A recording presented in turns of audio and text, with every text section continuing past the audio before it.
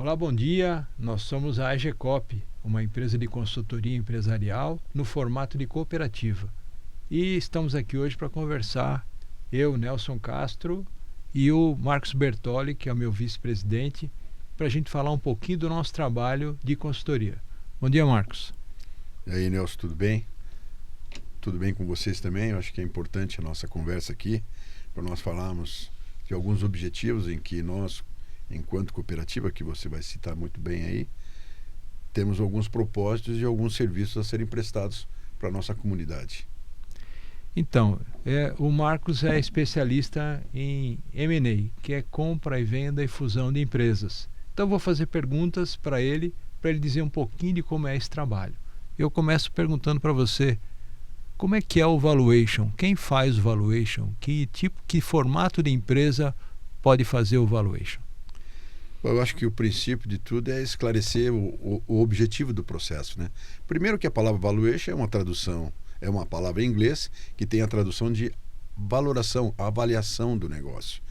E o valuation nada mais nada menos que um método de trabalho para que a pessoa saiba precificar o seu negócio.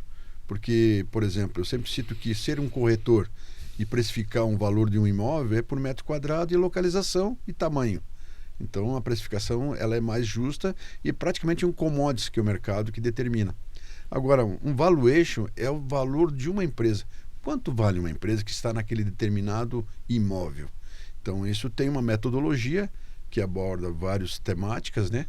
E que precifica o valor, porque muitas vezes você tem um produto interessante, uma empresa interessante, até, eu diria até, que muitos se confundem como um relógio de família, né? Tem um valor muito sentimental, mas uma empresa tem um valor comercial, né? Técnico, né? Exatamente, esse é o valuation. Tá. E como é que você consegue lidar com a questão, como você falou, né? Toda empresa tem um valor na cabeça do seu dono, dos seus sócios, e outro valor na hora que você faz o raciocínio técnico de valuation. Como é que lida para intermediar a expectativa com a realidade? Bom, a gente toma muito cuidado até porque isso é muito forte dentro de uma avaliação empresarial, porque existe um histórico empresarial, né? Então tem todo um valor sentimental, emocional e resultado, porque na verdade o que nós temos que olhar é resultado. Para o empresário que tem o seu negócio por muitos anos de trabalho, muitas vezes vem uma herança familiar, hereditário, então tem todo um sentimento. Mas nós temos que ser muito práticos, né? Porque o mercado só investe naquilo que dá resposta e resultado. Então ele tem um valor. Pegando aquele gancho que eu falei agora há pouco de um relógio de família, se você pegar uma empresa e ter 100% de um sentimento, eu não vou deixar de ter vamos dizer assim, entender que existe um valor sobre a história da empresa, mas ele é um valor intangível. Ele tem um certo valor, sim, por posicionamento e tempo de mercado, mas ele é um valor intangível que fica na metodologia como um todo, mas ela não tem uma influência tão grande. E o que vale mesmo para o cliente ou o empresário é quanto realmente o mercado paga por ela e o que ela está inserida nesse mercado. Então nós temos que ser muito práticos, né? Paga-se aquilo que o mercado praticamente paga, né? Como é que é o raciocínio, nesse caso do valor, para uma empresa que tem resultado pequeno? Qual é em cima da expectativa, em cima da sinergia que existe nela para multiplicar esse resultado, em cima de conhecimento do mercado que quem está tentando comprar já tem e sabe que consegue evoluir? Como é que funciona isso? Bom, existem alguns métodos, como eu te falei, né? Um deles, principalmente na avaliação, é você entender qual é a projeção do negócio. Porque muitas vezes, se você se basear apenas pelo resultado momentâneo, ele tem um determinado valor para o mercado. Mas se você entender que ele tem uma projeção maior, é um produto que está muito bem posicionado, uma marca bem elaborada, uma estratégia bem elaborada, ele tem um valor projetado. E nessas avaliações, na técnica da avaliação, existe um desconto desse valuation dentro de um valor projetado, porque são anos que podem vir e que resultado eles podem, porque na verdade é uma expectativa Sim. de crescimento e posicionamento. Mas dentro de valor, eu sempre digo que o segredo do sucesso não é o quanto vende, e sim quanto sobra. Em qualquer negócio, seja ele grande, pequeno ou médio. Então, se as pessoas usarem muito mais essa metodologia de que é o quanto sobra, Aí você faz os teus investimentos, você faz a negociação, leva esse valor para que você consiga atingir seus objetivos de mercado. Tá, dá para a gente dizer que quem está investindo na aquisição de uma empresa faz um comparativo que se ele investisse aquele valor no mercado financeiro, ele obteria X. E se ele investir na empresa, com a capacidade que ele tem de gestão, ele pode obter o dobro ou o triplo no resultado da empresa, é isso? Nelson, a gente entende assim, né? Uma operação, ela tem vários resultados. Se você quiser ser um agente, um operador financeiro, você está apoiando o teu dinheiro no mercado financeiro e você sabe que valor vai atender. É um mercado de risco, você está arriscando um dinheiro como uma aposta. Agora, numa operação que você determina e estabelece uma estratégia e tem segurança de que o seu produto, a sua empresa está bem estruturada dentro do mercado, ele tem uma projeção mais garantida de poder ter resultado, porque tem uma história de resultado. E aí vai do teu fator empreendedor, do seu mercado empreendedor, do mercado que você pode fazer o diferencial. E aí você tem certeza certeza eu não digo porque nada tem certeza, mas você tem maior possibilidade de acerto e resultado. De novo, aquela método de que é o quanto sobra e não enquanto fatura. Então, as escolhas para onde você quer ir, e o valuation te dá essa noção de quanto a sua empresa vale, para que mercado eu vou investir, porque todos estamos em busca de empreender uma situação nova e um resultado novo, né? Tá. O que mais deprecia o valuation na hora que você olha para uma empresa? Que fator pesa mais? Existem alguns setores que você tem que identificar que alguns setores, eu uso muito a metáfora judaica, né, de que mercado, dinheiro não some de mão, ele só muda de mão, né? Então a gente tem que entender que em alguns determinados mercados eles estão diferenciados. Vamos dizer assim, não estão na maré a favor, estão em maré baixa, né? Então tudo isso tem respostas, porque o que resulta para o seu mercado é o quanto você se posiciona e como é que o seu produto está bem posicionado, o seu serviço está posicionado no mercado. E aí você investe naquele setor. E existe, neste momento, alguns setores totalmente crescentes. E aí a possibilidade de você ter uma resposta rápida e um resultado e um crescimento rápido é muito grande, né? Então, é difícil você dizer assim, vai para tal área. Mas o mercado está dizendo para que área está. De novo, aquela história, né? Em algum momento só mudou de mão os negócios, né? Você pode citar algum exemplo? Vamos pegar o exemplo nesse momento do boom que está acontecendo. Boom não diria, mas vamos mudar o termo. Do que está acontecendo no mercado imobiliário. Hoje a expectativa é muito grande na área imobiliária por uma questão de, primeiro, você investir no dinheiro que você tem disponível, para que você mobilize ele. E mobilizado, ele tem um determinado valor e ele tem uma valoração de mercado. Existem alguns produtos que têm maior risco no mercado financeiro e existem alguns produtos, necessariamente são industriais, que têm um ganho de rentabilidade maior devido ao mercado. Por exemplo, falamos do mercado de alimentos. Hoje é um mercado crescente do agronegócio. Por que nós estamos numa região extremamente favorável? Porque nós somos produtores de alimentos. E queira ou não queira, por mais dificuldade que tenha o ser humano e o mercado, a única coisa que nós não deixamos de fazer é comer, né? E você pode privar de muitas coisas, mas a alimentação é uma coisa necessária. Você vai dizer assim, é um jargão natural, né? Realmente é natural, porque nós precisamos comer. Mas existe uma coisa muito grande, porque a nossa qualificação, a nosso grau de exigência hoje para o mercado é muito grande. Antigamente, você era mais criterioso no que você ia fazer em termos do que comer, do que saborear. Hoje você está mais exigente. Você está começando a entender que aquilo que você cresce, a tua vida per capita cresce, você também quer uma coisa melhor, mas você jamais deixa de comer, entende? E aí tem alguns setores que são mais bem remunerados, né? Como é que o empresário pode preparar a empresa para que ela tenha um valuation maior, que ela seja mais atrativa para o mercado para aquisição? Bom, esse é o ponto importante, né, para que você como empresário saiba de que uma empresa ela é uma eterna melhoria. Se você não atualizá-la, não estar dentro de uma realidade e não estiver perto das novas realidades, isso só acontece se você buscar conhecimento. E aí entra a nossa operação como uma cooperativa. A GCOP é uma empresa, hoje uma cooperativa prestadora de serviços empresariais para melhoria contínua, seja ela em qualquer setor. temos vários profissionais nessa área. E isso a empresa precisa saber. Qualquer empresário que tenha sucesso, ele vai ter que acompanhar as informações do mercado. Você sabe melhor do que eu. Não tem como hoje você ficar parado e longe, distante das informações. As coisas, as tecnologias, nós estamos falando em inteligência artificial, está muito louco esse mercado. Esse mercado está com muita velocidade e está fazendo a diferença. Então, se você não atualizar, você não buscar informações, não buscar empresas que tenham consultores que possam te ajudar a desenvolver, ajudar não é a palavra, a desenvolver a sua atividade para que você chegue a determinados objetivos que queira alcançar, para onde você vai e que mercado você quer atingir. De novo, não é o quanto vende, sim quanto dá de resultado. Eu aproveito para a deixa da IA e de toda essa mudança do mercado, né, para fazer algumas colocações também, né?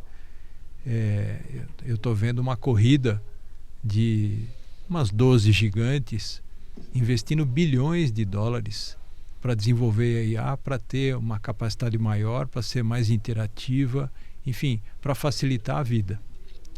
E eu estou vendo empresas que estão mais aceleradas nesse mercado, que estão enxugando o seu potencial humano, porque estão encontrando em automação na IA resultados melhores do que o ser humano.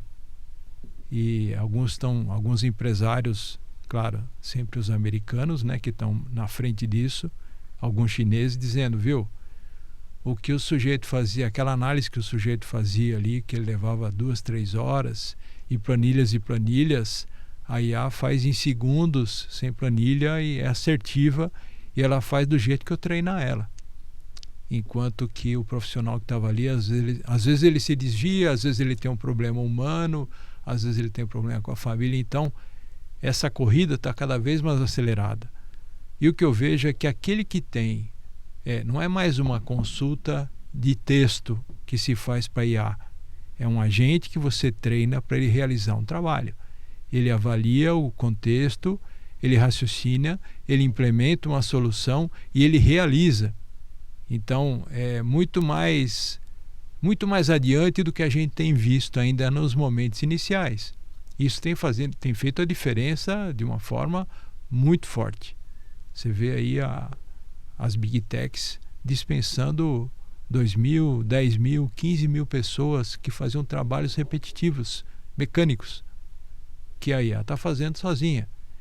Quando você fala de atualização da empresa, eu me lembro que nos anos 2000 a gente passava uma orientação para a equipe fazer e a equipe fazia, gostasse ou não gostasse. Hoje, se eu não discutir com a minha equipe um plano de negócio, se eu não ouvir todo mundo, se eu não buscar um consenso, se a gente não estabelecer um direcionamento em conjunto, aquele negócio não vai acontecer. As pessoas não se propõem a participar ou contribuir numa forma que ela não ajudou a construir. Ela não se propõe a ser um instrumento mecânico que vai lá e faz e acabou. Então, mudou toda a questão de relacionamento humano. Daí a IA entrar em muitos casos para resolver situações pontuais de trabalho mecânico. Quando você fala em atualização, essa visão do mercado, a gente traçar um cenário, como a gente acabou de fazer aqui para a GECOP, né? Estabelecer um foco e botar todo mundo de energia naquele foco de consenso, a coisa não vai andar. Então essa busca do consenso, essa busca de mostrar o porquê, de mostrar um cenário e o caminho que nós vamos percorrer para atingir aquele cenário, a estratégia que nós vamos usar para abrir as portas de onde a gente quer chegar. Acho que está aí essa mudança de mercado que muita gente está naquela do sempre foi feito assim. É comum a gente, quando vai fazer uma consultoria numa empresa, e perguntar, mas por que você está fazendo dessa maneira? E a pessoa responde assim, sempre foi feito assim. E existe uma barreira, uma resistência muito forte dessas pessoas para sair daquele lugar comum, daquele conforto de que sempre foi assim, para buscar uma melhoria. E como você disse, eu concordo 100%, tem que ser uma melhoria contínua. Aquilo que é bom hoje, talvez daqui a um mês não seja mais suficiente, é preciso mais. Eu sempre volto no maior inspirador das consultorias no Brasil, né, E ele dizendo assim, ó, quando uma coisa não está indo a contento, falta conhecimento. Quando a coisa não está na velocidade que se esperava, está faltando conhecimento. Então, a gente discutir os projetos em conjunto com as equipes é a forma de transmitir esse conhecimento que a gente está enxergando e talvez nem todo mundo enxerga. E eu já vivi situações em que eu estava enxergando o lado bonito, mas não estava enxergando o lado ruim daquele caminho que eu estava escolhendo. E aí vem a equipe e fala, viu, mas você está falando da gente ir a 100 por hora, mas e as lombadas? E o semáforo? E o radar? Temos que compor tudo isso para enxergar se esse projeto é viável ou não. Então, discutir em conjunto as coisas, as visões, traz uma maturidade para que essas ideias sejam mais assertivas, para que a gente tenha mais detalhes ali. Pode parecer chato, mas a gente volta lá para as nações nórdicas, Eles vão fazer um projeto de engenharia, eles levam 4 anos fazendo o projeto para executar em 1,5 ou 2. E nós brasileiros, a gente passa 4 anos tentando, errando, acertando para descobrir o jeito de fazer, para fazer em mais 5. Então é o inverso que funciona melhor, Quando a gente planeja com mais detalhe, quando a gente elabora um plano de ação com mais detalhe, porque a visão coletiva faz a gente ser mais assertivo. E a consultoria tem um papel muito importante aí, que é trazer a experiência de tudo que está rodando no mercado. Como nós estamos em muitas empresas. Nós somos em muitos e estamos em muitas empresas. Quando a gente senta para discutir um projeto, a gente traz uma visão muito abrangente. E a gente sabe assim, ó, o que você está falando deu certo aqui, aqui e ali. E ali nas outras empresas não deu certo porque faltou esse componente. Então a gente encurta o caminho de uma forma assustadora para fazer um projeto ser viável, para ele dar certo, para ele ser implementado e para ele ter resultado. Aí entra nas sobras que você falou, Algumas pessoas estão implantando IA, mas sem nenhuma métrica se aquilo vai dar resultado ou não. Eu acho que eu vou pegar o teu gancho no sentido de que, veja bem, quero deixar bem claro, é muito importante nós usarmos as inteligências como nós estamos falando. Mas isso é simplesmente uma ferramenta, Nelson?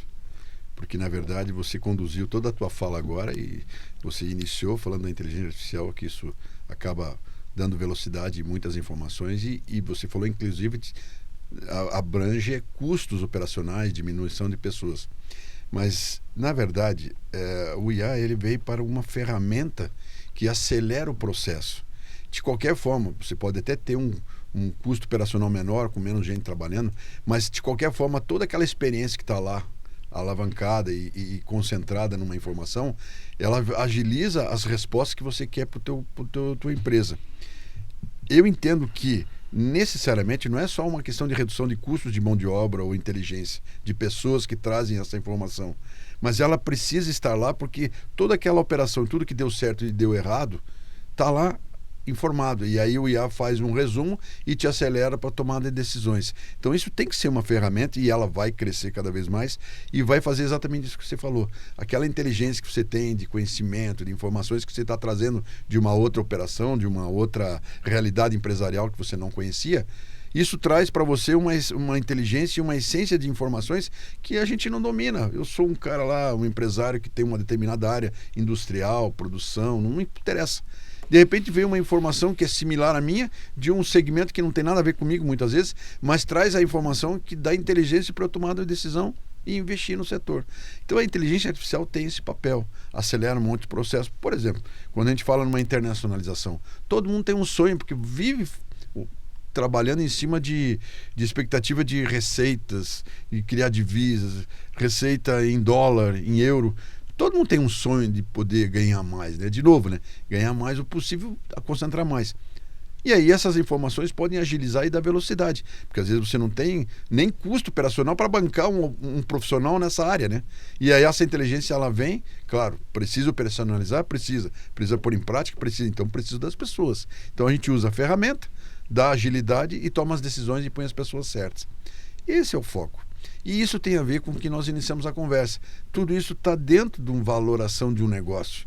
Porque quanto mais resposta, mais agilidade de mercado, melhor para a avaliação do negócio. Principalmente um cara que quer, de repente, estou numa fase empresarial de que já cheguei onde eu queria. Tem gente que é assim. Hoje, diria para você que boa parte das empresas que estão disponíveis no mercado já chegaram num ponto em que estão satisfeitos pelo resultado que elas deram e proporcionou à família ou aos sócios, os acionistas, a satisfação de resultado e patrimônio financeiro. Tem muita gente que, de repente, entendeu que agora é hora de passar a bola, porque não tem sucessão, que é um grave problema também. Isso também é avaliado, porque entendemos que na metodologia de avaliação também tem aquela questão de perpetuidade da empresa, né? Para onde ela vai e quanto tempo ela dura. Então, e às vezes é uma oportunidade para alguém que não está no setor comprar um novo segmento e um novo resultado. Ampliar o leque. O valuation tem essa visão. Sim. A gente analisa as partes tangíveis, intangíveis, né, os resultados, o mercado, como é que tá, qual é o marketplace daquele produto dentro do mercado, em que ponto e para onde ele vai, se ele está no setor certo, se tem aquela inteligência também no negócio, a inteligência que nós estamos do IA. Tudo isso hoje são processos que só incrementam a avaliação do negócio. Nós temos um sócio, que é o Mário Soares, que se especializou em medir se a inteligência artificial que está se pretendendo utilizar vai surtir o efeito que se pretende. Então, nós temos condição de ajudar as empresas a escolher e a medir se aquilo é viável, o que se está pretendendo é viável ou não. Então, até nisso, né? Eu concordo com o que você falou, que aí é uma ferramenta que ela vai fazer trabalhos pontuais, trabalhos repetitivos e manuais. Mas a inteligência, olhar para o mercado, essa discussão que eu falei em grupo, né, do time, e ver qual é a estratégia, como é que nós vamos implementar isso, aonde que é viável, em que ritmo, com que investimento, temos disponibilidade desse recurso ou não temos, né? Falando nisso, a GCOP também ajuda a empresa a buscar financiamento, a buscar o capital de giro ou a buscar o valor do investimento para fazer essa expansão. Então, quando a gente fala de trabalhar numa empresa, nós estamos falando assim, de juntar 20 especialistas, cada um numa área. O que a empresa precisa? Precisa de qualidade. Tá? Tem a Aline. Nós precisamos tratar os resíduos. Tem o Alexander Tanabe. Nós precisamos fazer o valuation. Tem o Marcos Bertoli. Nós precisamos aprimorar a gestão. Tem o Nelson. E assim por diante. Nós temos um especialista para cada coisa, porque no final nós vamos conseguir transformar aquela empresa e levar ela num outro patamar, que o valor dela é maior, que o resultado dela é maior, que ela está focado naquilo que realmente traz resultado. Eu já trabalhei vendendo produto, eu fui diretor de uma empresa de peça de caminhão e ônibus em São Paulo, que vendia peça de motor, câmbio e diferencial, que são as peças mais caras e são as peças que têm um giro concentrado na mão de poucos. Mas o markup era 25%. O ICMS era 18%. Então era muito apertado. Aí foi feita uma consultoria na época, isso há muitos anos atrás, e a gente optou por trabalhar com peças de valor menor. O valor da empresa triplicou em 6 meses. Em vez de vender as engrenagens de câmbio, nós vamos vender parafuso de roda. Reparinho do freio, com margem de 200%, em contrapartida. Mas precisa de um volume maior. Sim, a gente alcançou o volume. Então, em 6 meses, a empresa pagou tudo que tinha de dívida, de capital de giro, e passou a sobrar para investir em mais itens. Então, você complementou o que eu falei, né? Sim. Não é o quanto vende, sim, quanto sobra. É isso, né? aí, é o quanto sobra. Então, veja, uma mudança do tipo de produto para oferecer no mesmo cliente, com o mesmo esforço, com a mesma energia gasta, sem pôr capital novo, porque cada coroa e pinhão que eu vendia na época, sei lá, nem perdia a noção, talvez hoje seja 15 mil, 20 mil, eu punha milhares de itens menores que me davam margem, enquanto aquilo não dava margem. Um virabrequim que eu vendia, que era a peça mais cara, cara, eu trocava aquilo por 300 itens, que me dava uma margem enorme, enquanto o virabrequim é uma margem estreitinha, porque era muito caro.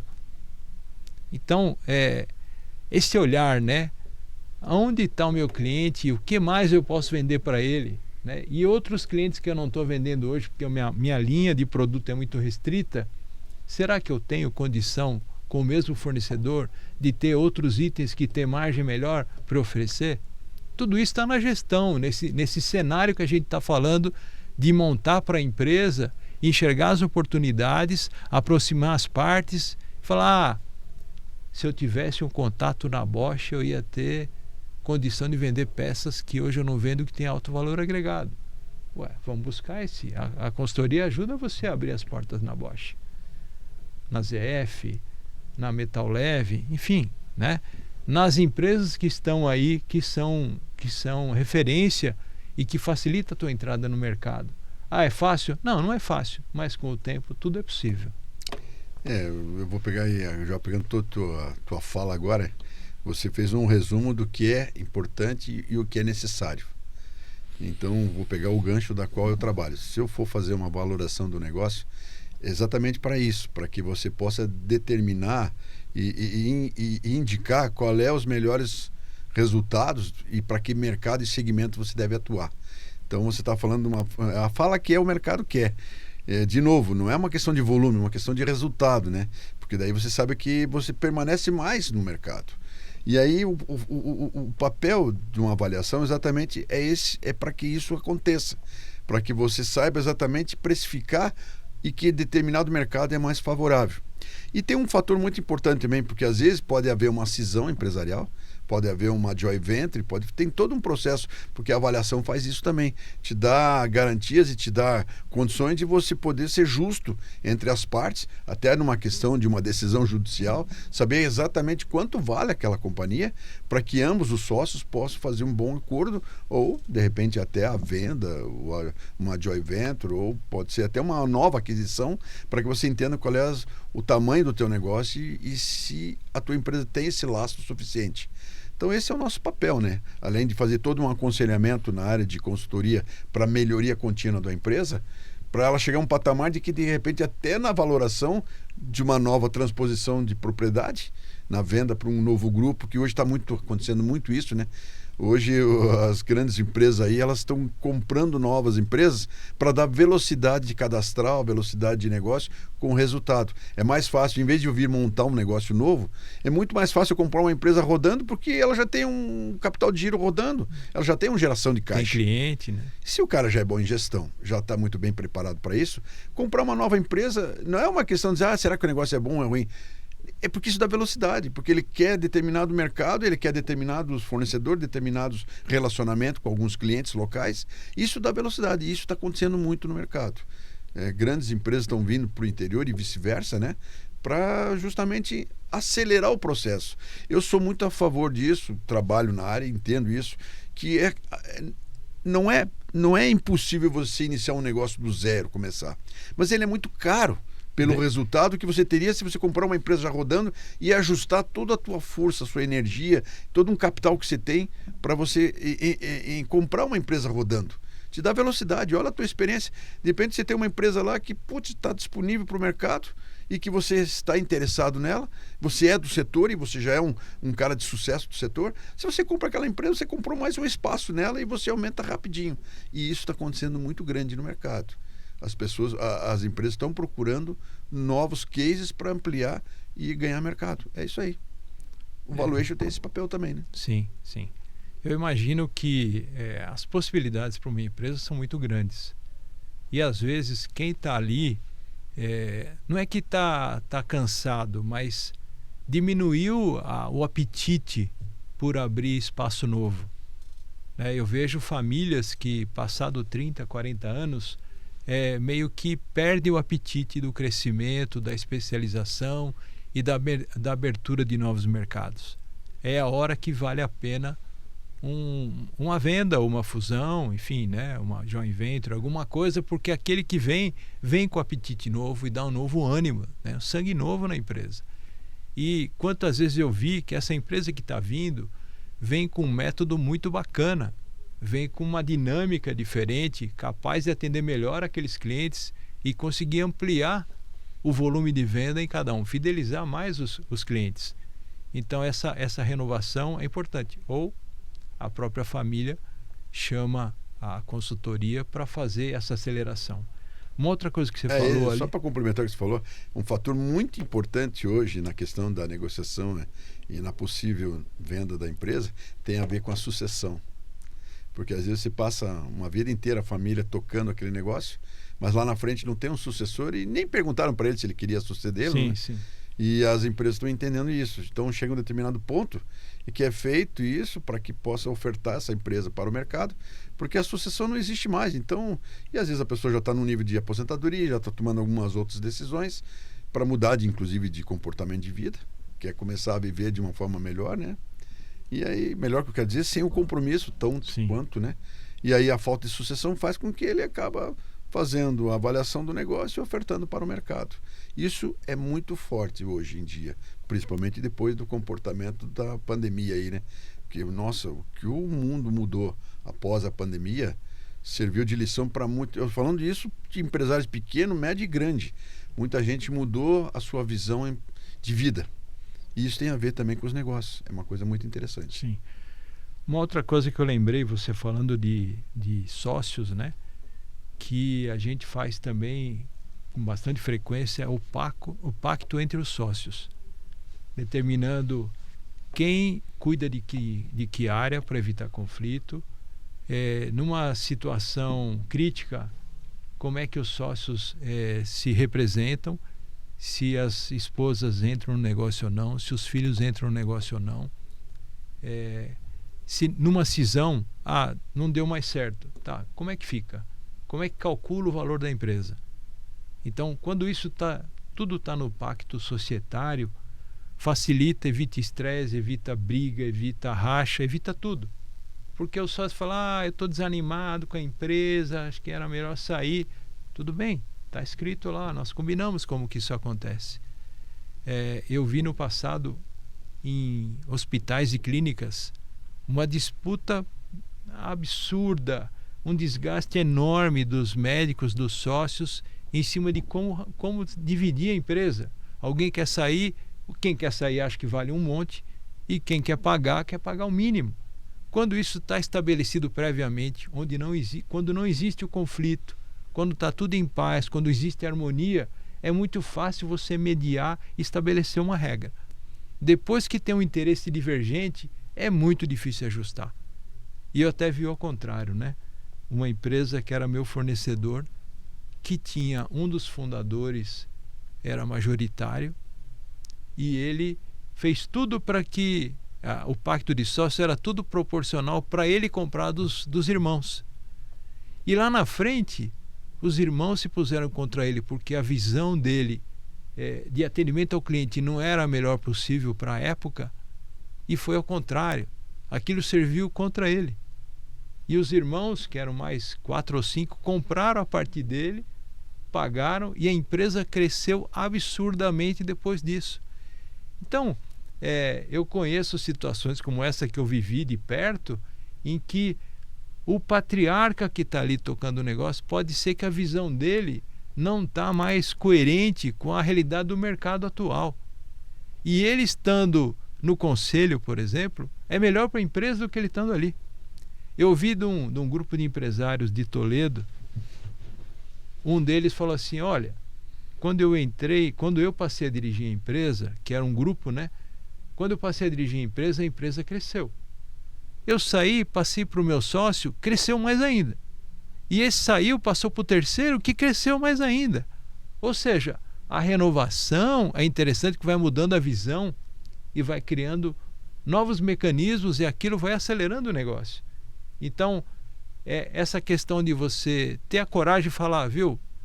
Tenta você, quem sabe é melhor com você. Você tem uma visão mais adequada para o momento atual do mercado e da empresa e toca melhor.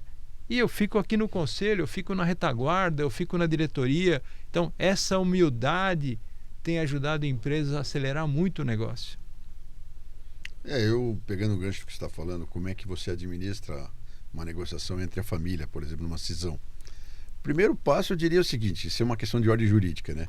Primeiro tem que ter um acordo entre os sócios, um acordo de que, primeira coisa, passei inclusive recentemente sobre esse tema, tem que fazer um acordo, uma assembleia entre eles e decidir, vamos vender ou não vamos. Isso é fundamental, independente de quem como, de que maneira, quem tem mais potencial, quem tem mais cotas ou não, se é o decisor ou não. Primeiro tem que entender que tem que chegar num acordo, vamos fazer a negociação. Não é uma questão de um vende para A ou vende para B e vice-versa. É uma questão de dizer, vamos vender. E aí eu, como avaliador, eu vou fazer um valor de mercado. Eu não vou agradar nem A nem B. Eu vou fazer aquilo que o mercado paga, independente dos sócios ou não, quanto vale aquela empresa e como que essa empresa vale para o mercado. Porque quem vai dar o preço é o mercado, dentro daquele contexto da realidade daquela empresa, ela chegou naquele ponto.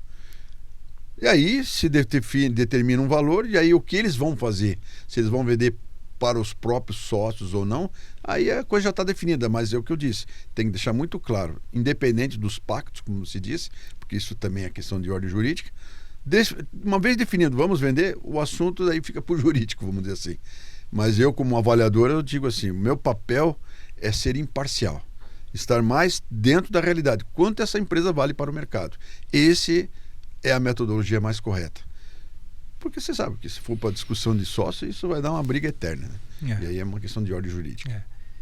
Então, acho que para a gente resumir um pouco, né, tudo que a gente falou, o que faz uma empresa estar pujante, estar acelerada, estar crescendo, porque se ela não crescer, o concorrente cresce no espaço dela, né? Não é uma questão, não, eu estou confortável assim, não preciso mais crescer.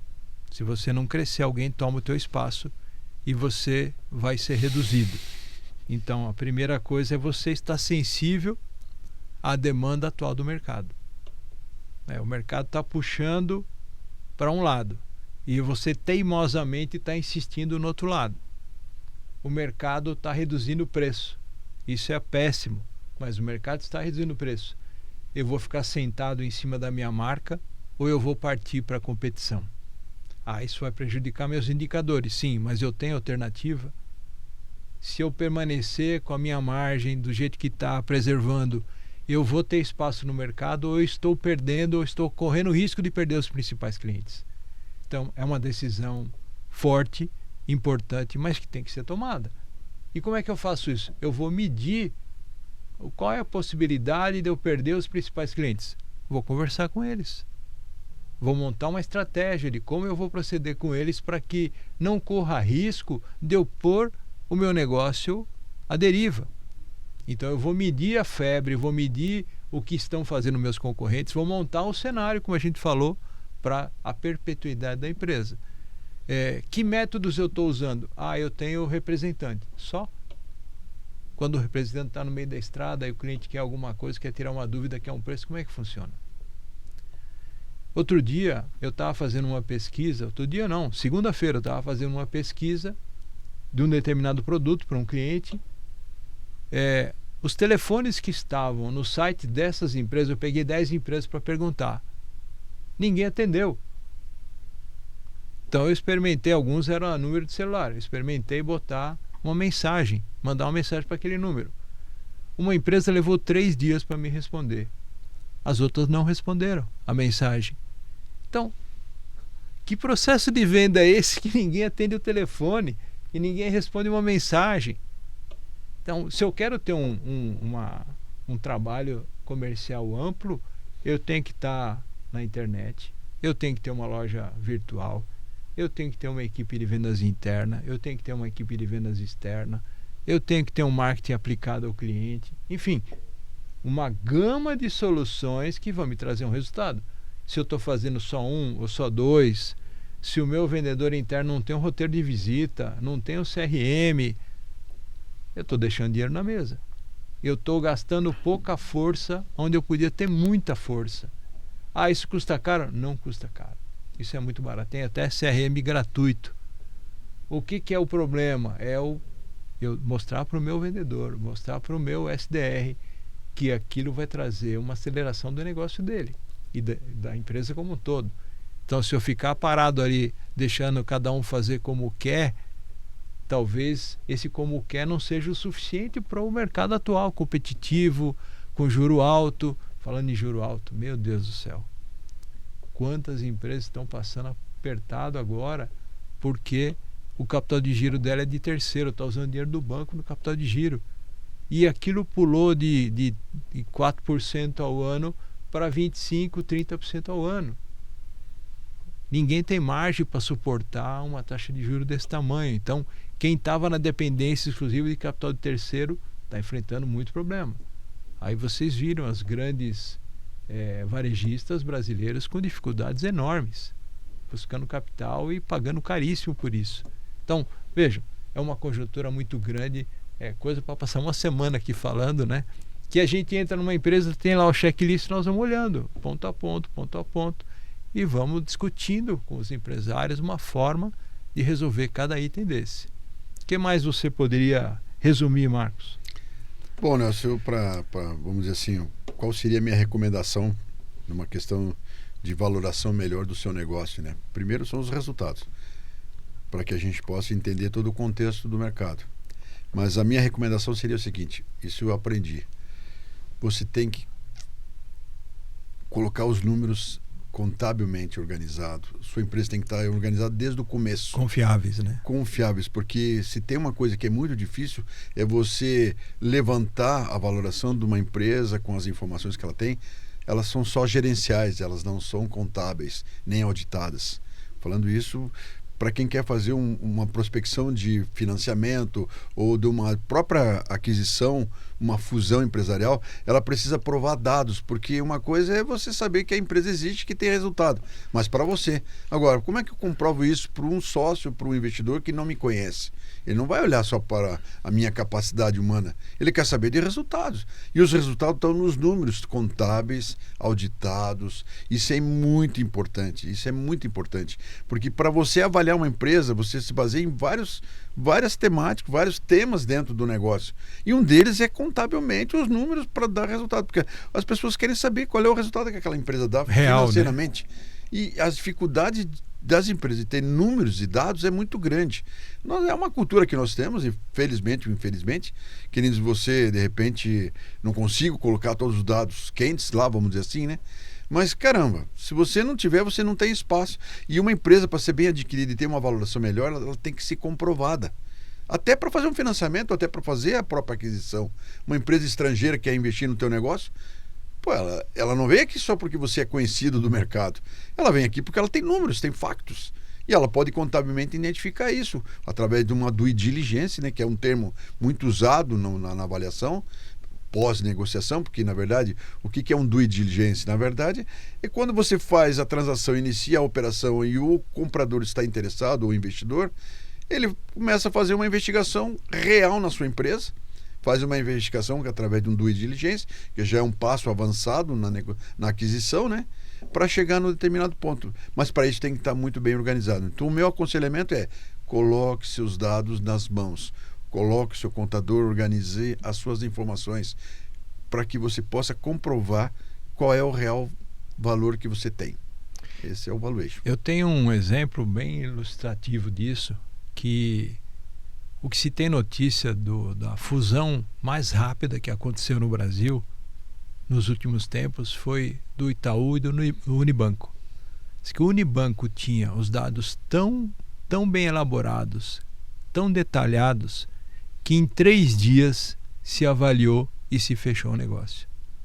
Imagina duas organizações desse tamanho, o Itaú e o Unibanco, quando se uniram, os dois terem números, ter uma governança tal que proporcionou informações com tal detalhe que em 3 dias foi possível determinar que rumo que ia, quem era dono do que e como ficava o negócio no futuro. Então acho que serve de exemplo, né? Quem faz a lição de casa bem feita, com bastante profissionalismo, né? Isso acelera qualquer negociação, isso é mais atrativo para os stakeholders, que a gente diz, que são os interessados. Quem são os interessados? O governo, por causa dos impostos, o contador, porque está seguro que está fazendo uma coisa bem feita, os funcionários que sabem que ali tem uma estrutura que garante o emprego deles. A empresa precisa de recurso de financiar, né? Exatamente. Os bancos que estão financiando, o fornecedor que entrega material para receber depois. Enfim, todo o grupo que fornece está entendendo o que está acontecendo ali e confia. E quando há essa confiança, a empresa tem todas as condições, tanto de fazer uma venda, uma fusão, uma cisão, como de dar um passo adiante e crescer.